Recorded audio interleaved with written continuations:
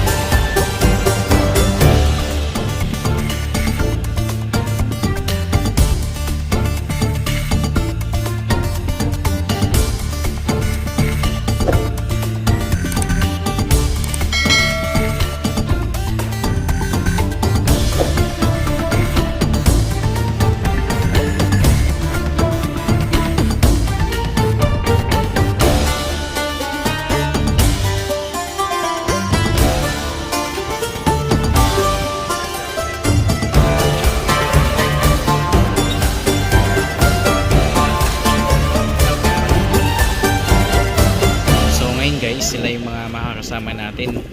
Papunta tayo ngayon ng Crista di Gallo. Ayan.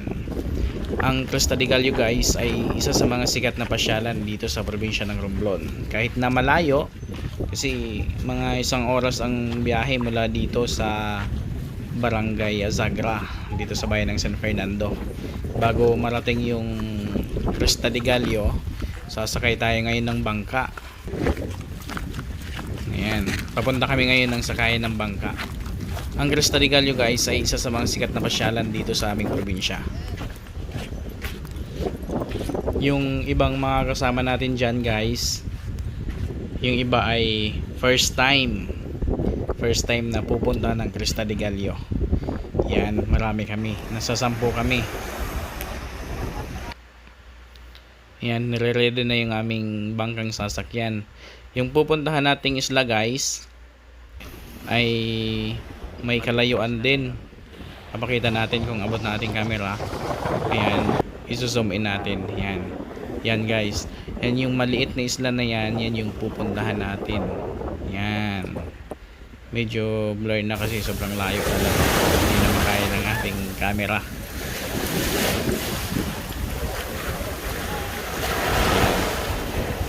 Akyat na.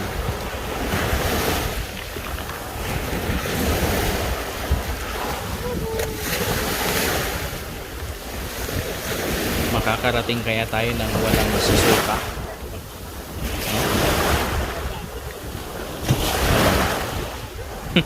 Mahuhuli sa camera. Mahuhuli sa camera yung susuka. Nako! Mga mag-vlog, mga vloggers. Ay, ito na vloggers. Sorry, vloggers.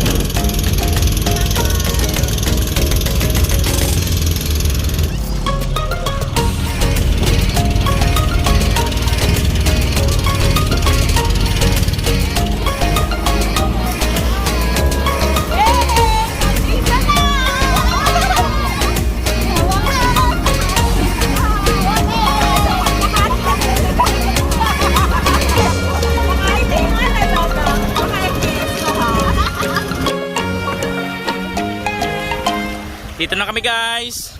Almost 1 hour. 58 minutes.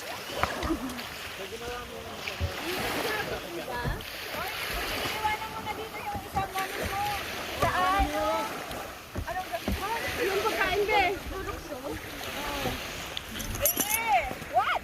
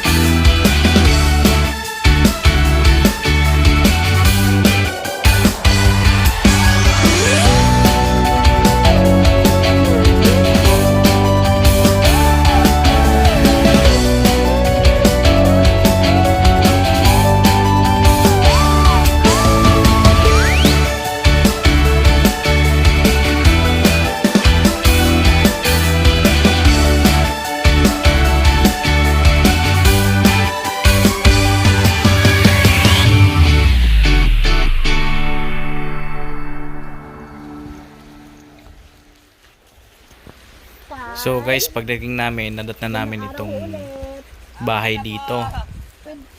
Ngayon Kamusta po kayo kakausapin dito? natin kung sino-sino kayo pa dito? yung mga nakatira dito. Enjoy naman po. Ilan po kayo dito? Kami lang po mag-asawa. Wala po kayong anak? Zero. Zero? Zero. Hindi nakagawa. Oh, Matatanda na kami nagkita eh. It's limit. pero taga-kon po kayo mismo? Taga Mainland po kami, taga Sibuyan Island po. Kaso lang, Si Tita. kaso lang ito ito talaga. Ito talagang Krista. main post. Main post yun sila. Ini bukon ini Krista ang pangayan isla gid Ah, Ayun, sabi niya guys, hindi daw ito Krista dati. Ito daw ay isla. Yun daw yung unang tawag nila dito, isla lang. Tapos kalaunan naging Krista. May meaning yung Krista. Baka may ibang meaning. mayroon yan sa yung Spanish words is may ano yan, may kinatawag na may sign yun. sa mga pangalan ay isla gid. Ay, hindi naman kayo nakukan dito na boboring, mga ganun. Man, Kahit Kasi dalawa lang kayo dito eh. partner, kahit Sanay kahit naman. kahit walang sound, kahit walang mga dito, mga sasakyan, mga walang kuryente, no? Ay, napakakampante yung pag-iisip mo dito. No disturb. No disturb. Pangalan niyo po, Tita? Merle. Merly Rada Royo na. Rada gid iyang apelyido. Rada original. Kaya ang Merly po. Ako, Ayun oh, po si Tatay. Gerardo Royo Jr. Gerardo. po. Rotor. Gaano po kayo kadalas pumunta doon sa Kuan, sa mainland? Kung may important na pupuntahan. Katawag na Diba kayo iigib ng Mag- tubig? ay may tagaigib kami. May mga runner kami na may sarili akong bangka na pump-boat na makina. Paano pag bagyo, tatay? Ari ang kami Ah. sa Bagyo. Ay, yung bagyo po dito ay katulad din ng sitwasyon nyo doon, pero pinakaiba dito. Pero nakakaabot po dito yung tubig pag Oo. malaki ang Yan lang, sea level. hanggang dito lang po. Pero walang kuryente dito tayo, no? No po, wala. Yung ilaw namin dito, buwan. Buwan at araw. Gamit kami ng petrolyo, yung tinatawag na lamparilla. Lampara. Lampara. Ay, bakit po may bahay pa doon? Sa akin po yan. Sa inyo rin? Ano yan, pang kung sakali may mga may mga malakas ang yan kami. Pag hindi na kaya na medyo typhoon 1, 2, 3, 4, 5, doon na. Mayroon pa akong isa doon Opo. na secret na bahay. Ah. na evacuation, pang-evacuate. Para malayo ka ba sa dagat. sa alon Oo, na kasi baka maano ka. yung storm surge, di ba? Ito kahit na ito wash out, di bali, wala. Kung ikaw ay nakasave, libre ka. Yun lang. Tama din, tama. Tama ba? Yung plano namin yan ni Mrs. bago kami Ilang taon na po kayo dito simula pagkakuan? madali na ako mag 20 years dito po. Sa aming pakikipagpanayam sa kanila guys, napag-alaman namin na yung kanilang mga ninuno pala, yun yung mga kauna-unahang umapak dito sa isla ng Crista de Gallo. At ayon kay Nanay Merly, nasa pang 3 o pang 4 na henerasyon na sila. Tatlo na kami. Third generation na kami. Daw pang upat na nga ni. Ito rin. Nadat na namin guys si Tatay Freddy na nagbibiyak ng bunga ng talisay. Yan. Nung bata ako, ginagawa ko din yan. Masarap po yan. Mga batang 90s, alam na alam yan. Yan, binigyan niya pa kami. Nung maubos nga po namin yung binigay niya, nagpa-picture kami. Syempre para may memories. Then, tawid tayo dun sa kabilang isla. Yan yung sandbar guys. Mahaba yan. Ayan, tawid tayo dito para magsaing. Ayan, at nang makakain. Iwanan lang muna natin yan. Mag-ikot-ikot muna tayo dito sa isla.